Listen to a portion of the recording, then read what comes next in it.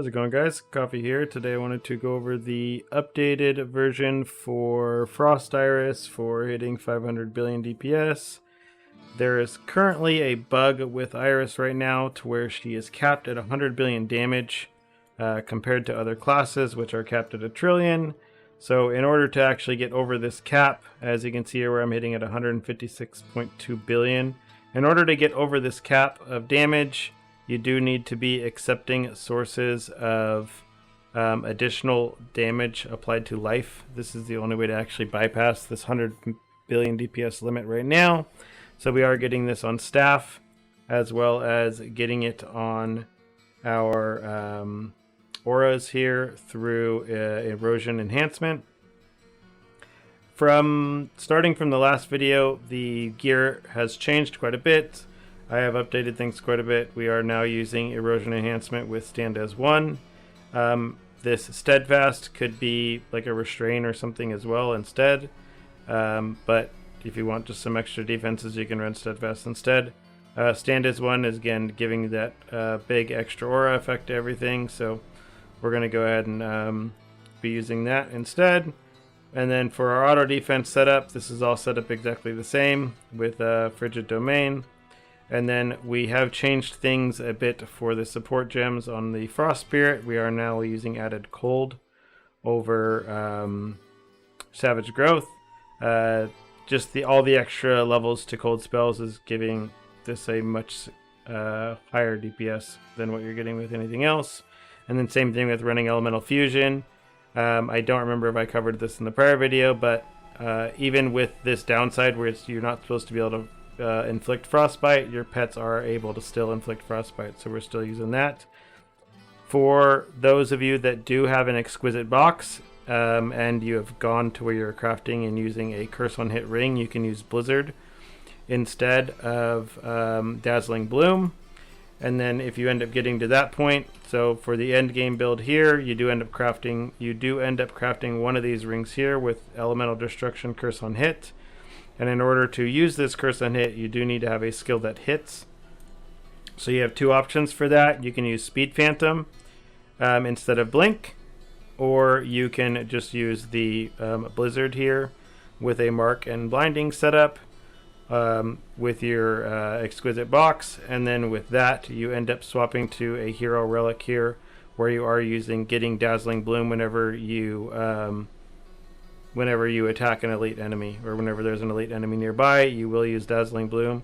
Because of all the cooldown reduction that you have, the uptime on this is actually still significantly high, so you're still getting a nice little extra like 20 to 30% additional damage out of this. But either way, we're hitting this DPS cap because we're already hitting our 100 billion DPS cap plus the additional damage to life, which is bringing us 256 billion. Until they fix this, you know, a lot of this damage that we're doing right now is just kind of wasted, but we're building it on the hopes that they are going to end up fixing it for us soon. Some of the bigger changes from the prior video is in order to actually start hitting this, getting closer to 500 billion DPS, we have just been bumping up all of the extra chance to get an enhanced skill here. So with this, we do want enhanced skill and empower skill effect on our memories. And then you want to make sure that you are overcapped on your cold res by at least 40%. So you need at 115%. You want at least 115% cold res so that you can have your enhanced skill here to be getting 20% from this. And then you are getting 15% from harvest here, from harvest time. And then the rest of it, you do want to make sure you're picking it up here on Tree and Gotta Machines for your enhanced skill here. And then just, of course, make sure you have your points here in Alchemist. Make sure you balance these out. Get your 12 here and then get your minus 12 here. In regards to the actual tree itself, things have changed a bit. Depending on what your gear is, you may want something that's more defensive or not. I ended up taking my points out of the energy charge interval here. I'm probably going to end up getting this on a slate at some point. But I did end up basically balancing between some crit damage, a lot more ES, and then just ensuring that I'm taking my Empower skill effect and then resistances. I dropped some defenses just to kind of push damage as much as I could. I'm still using a curtain and kinetic conversion slate. And I've basically taken some points out of crit because we were already hitting the DPS cap, and I kind of just moved more things into the enhanced skill because that basically made things more consistent instead of like fewer big hits in between.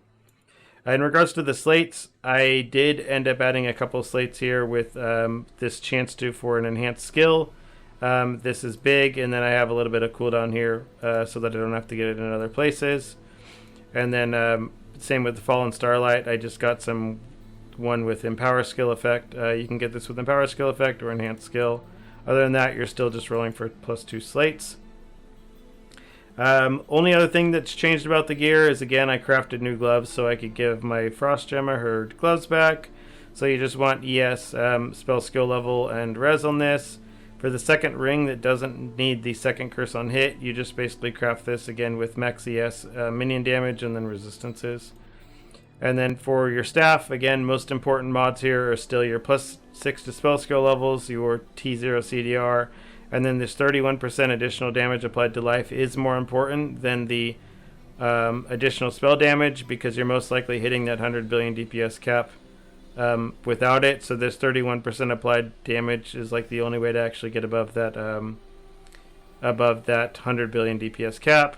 For your Winter of Origin, if you want to take some cooldown pressure off of your other gear, you can get this one with the Corruption for more additional cooldown recovery here. So I didn't have to take the cooldown recovery points in Steel Vanguard.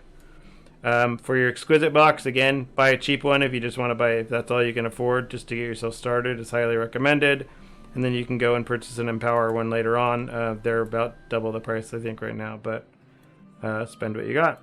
And then for Fiend Crown, I went for Aura Effect. You can try the other mods. I didn't really try the other ones. Aura Effect just seemed fine to me. So if you want to roll for one with a higher crit strike damage roll or something like that, it might be better off, but I didn't bother testing it. Yeah, if you have any questions, leave them in the comments down below, and I'll be more than happy to answer them. And other than that, see you in the next one.